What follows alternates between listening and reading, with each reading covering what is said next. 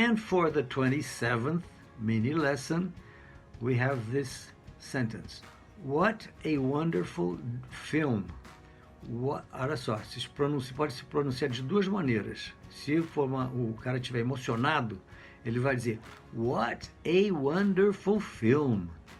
Vai separar todas as palavras. Na realidade, normalmente ele vai dizer What a wonderful film. What a wonderful film. E vai soletrar brasileiradamente o com acento agudo T, what.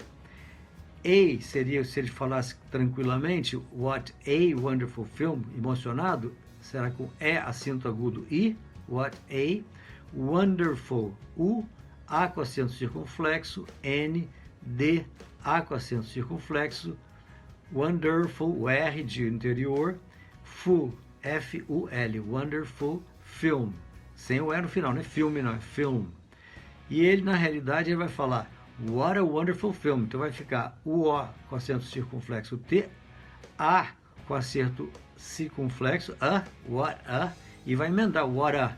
Vai ser What a wonderful film. Ok? Então vamos para o próximo mini lesson.